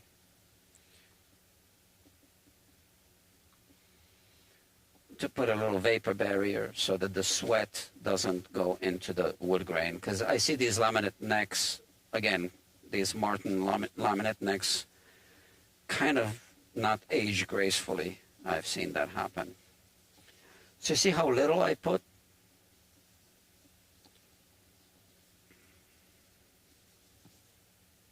Less is more. And now I use this cloth only for this. And I don't want to remove everything. I want it to be nice and glossy. And yeah, so here we have, so let me put this away before there's an accident. We have, again, a Martin feature. This neck separation here, right? That's, so many things are wrong with this guitar. But anyway, it's going to be playable. I just don't feel that it's fair to the consumers that they really don't take care of things when they make guitars at that particular factory. Because at the end, the consumer is going to end up paying for it somehow. And they already paid for the guitar. So that should be enough, right? It should just be regular maintenance. It shouldn't be, you know, structural issues that are just common with their guitars. Now, you know, a good thing here is this guitar does not have a bridge lift at all. I can't really examine the inside to make sure there are no loose braces, but it doesn't sound like there are any loose braces. The reason why I can't examine is because the body is so small, my hand doesn't fit inside. But I would be basically examining it with a feeler gauge, which I've been trying to find. Where did I had it before, right? Where did it go? Oh, here it is. So the way I would be doing it on the inside is I would kind of try to fit the feeler gauge between the brace and the soundboard on the inside. As you can see, there's no bridge lift anywhere. We always check the back. So yeah, so that's good. Okay, friends, I'm gonna wrap it up. I'm gonna put the guitar away for the night.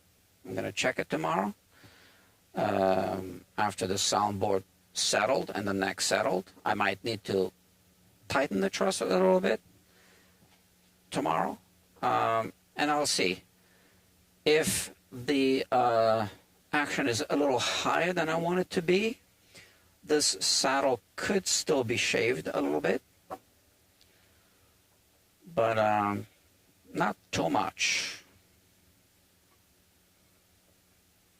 And you know that thing that we were talking about before, about projecting the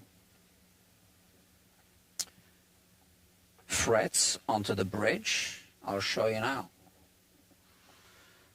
So here we again, I put this straight edge over the fretboard and I project the frets onto the bridge. Now you can see that it's hitting the bridge there, and if you look at this, it's no longer kissing the top of the bridge, right? I need to actually lift it to put it on top.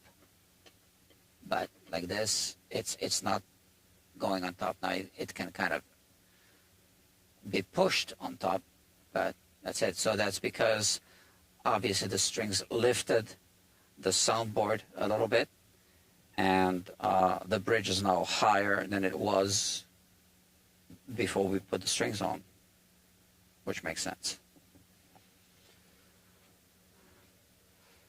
Okay, kids, that's going to be enough for this one. What time is it? It's late. It's 10:30 p.m. Yeah. Do I have another guitar that I want to work on tonight? Let me check.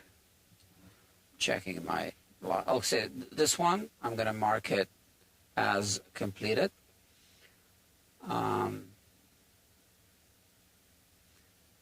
Work completed. That's it. Boom. Oh, and something else that I do always, unless I forget, is I notify the customer. Well, obviously I do, right? But what I like to do is I take a picture of the guitar.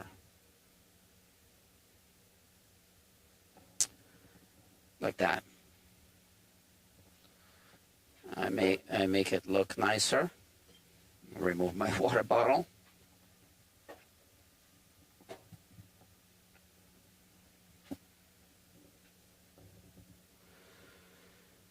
Let me show you.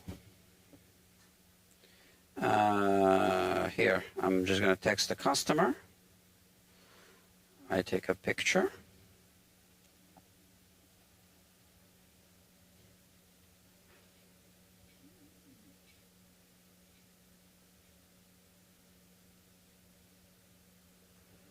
Okay, so that's the picture. And as you can see, if it wants to focus. Oh, I hate it when it doesn't focus. Why can't you focus? I think it's focusing on that logo in the back. Okay. Now it's focusing on my eyes. Okay. So it's kind of like a business card, right? And I send it, but I usually send it with a short message, like all done, something like this. All done. And okay, so now the customer receives this, and it's a nice picture for the family album. And that's it. Yeah. All right. So am I going to work on another guitar tonight? Let me see. The same customer has another guitar here.